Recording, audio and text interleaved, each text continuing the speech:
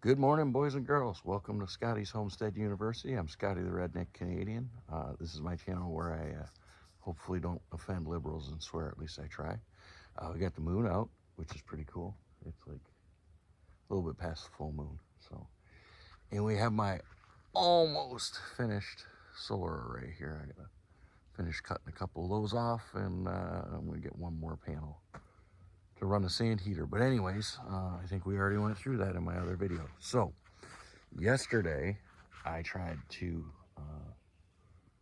waste as much electricity, well, as I possibly could. And then when I went back, I found out that these are actually capable now versus being at about a 45-degree angle that they were at. They actually produce 50% more than what they did, even with less sunlight, because we're now in, like, call it mid-October. Look at this first frost of the year. It's like 28 degrees this morning. I still got shorts and flip-flops on. But so what we're gonna do today, how I designed my system, if you've been following my videos, this really works. If you're doing off-grid, you should do it this way because nobody else does it this way. And my friend who thinks he knows it all, he's still my friend, but he is like a know-it-all. He doesn't listen to other people. When I showed him what I did, I could see the wheels turning. So it works, and we're gonna prove it today. So I've got my 9 panels, which is what I decided on a few months ago that I needed, okay? Today we're gonna get about 4 hours, a little bit shy of 4 hours of solar prime time.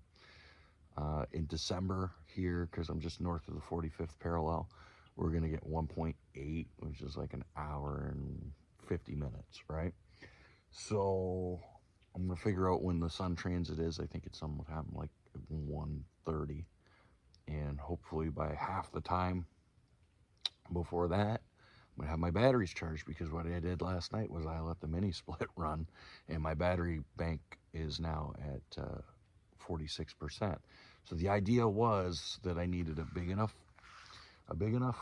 solar array that in that just shy of 2 hours, if I got one day of full sun a week, which is the longest I've gone so far is 8 days without good sun. Um, and I'll show you on my tablet. I've had fully charged batteries every day. But my idea was that I didn't want my batteries to drop below 50% because I wanted a cushion there. And I think it's going to work. So we're going to see today. I made 13 kilowatt hours of electricity yesterday. So, yeah, let's see what happens. So we can see we're at 46, and we're putting in, of 70 watts, we're putting in almost 40 into the batteries right now. So let me grab this tablet and we'll go through the last month. Had I known everything that I know now, I would have went with a much higher voltage solar controller, and I would have put my panels out in the field there. But not everybody's got a field, so if you're going off-grid solar and you only got like 10 acres or something like that, and you want to be off-grid, you might be stuck with something like this. So this is realistic, and I think it's going to work. So I got the sun coming up here. That's about due west right now because it's still coming up in the north. It's going to hit these two pine trees, and you can see I'm not really getting any direct sunlight yet on these panels. But once we hit the solar peak hour, that's in between these pine trees and these maples, which are rapidly losing their leaves. So, and you see we still got the moon out. So, yeah, that's where we're at. So we'll check back here within, probably a half an hour. The sun is going to have moved to this side, and then we're going to get direct sunlight. And get direct sunlight for right now for at least 4 hours. So, like, the solar peak time, which is what you want to play. Everything else is just a bonus. Everything else is just gravy. The meat and potatoes, you really need to play and plan for those solar peak hours, and I've got that covered. So I'm thinking this is going to work. I should do a video on the effects of shade on string inverters, because nobody else that has a channel really goes through that. They've all got optimizers and micro inverters. So check out, we're only getting 1,000 watts, right? 1,100 watts, even though it's full sun. Let me show you what's going on. So we've got these top three are in series. These bottom three here are in series. And then these on the end are in series, okay? Right now, almost that entire panel is shaded.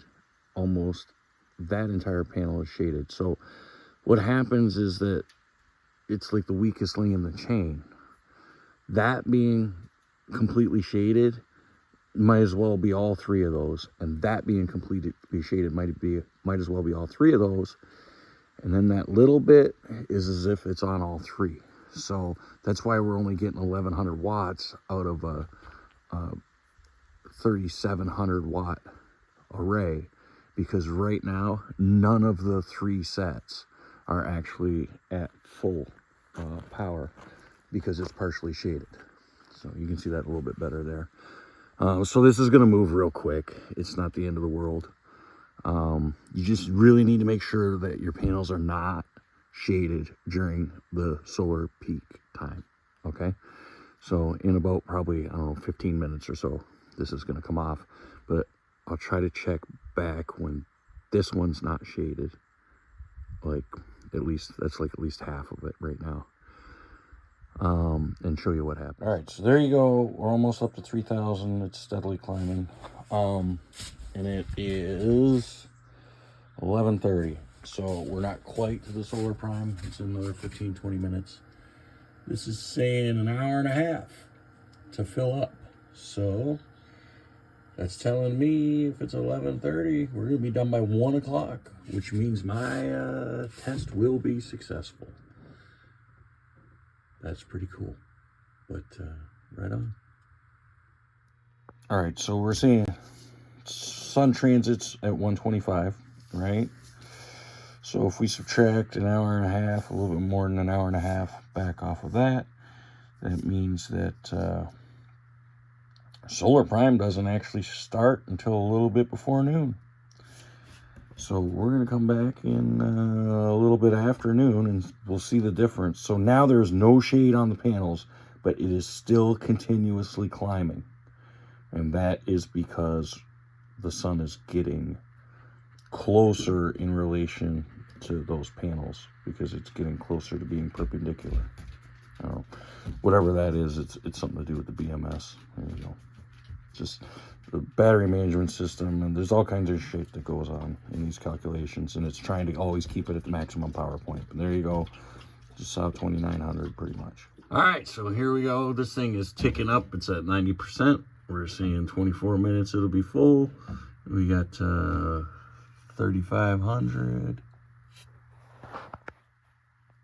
And looks like it's gotten 37.25 as our high so far. There's some clouds coming in too, but I mean, it's not going to be a problem. This is passing the test with flying colors. So I thought I was going to have victory with a half an hour to spare, but there is this like massive cloud, and it has been sitting over the sun, and it's like not moving. And it's been there for like 20 minutes. Figures, but it's not a big deal.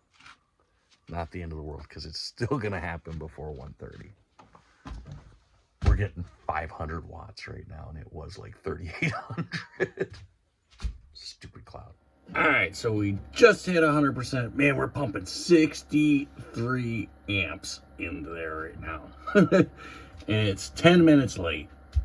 Not really, it's 20 minutes early. 15 minutes early, 125. So this is a success. So I'm going to call this an absolute success. Even though we had some shade here, I knew it's no big deal. It makes it even a little bit better because the sun obviously isn't going to come up quite as early in December as what it is now. I mean, these clouds came in, which, whatever. It's still 15 minutes early. Yeah, those batteries you saw for yourself, they were sub 50%. So, yeah, man, it's there. I'm done. I just got to tidy some stuff up and run some wiring and stuff like that.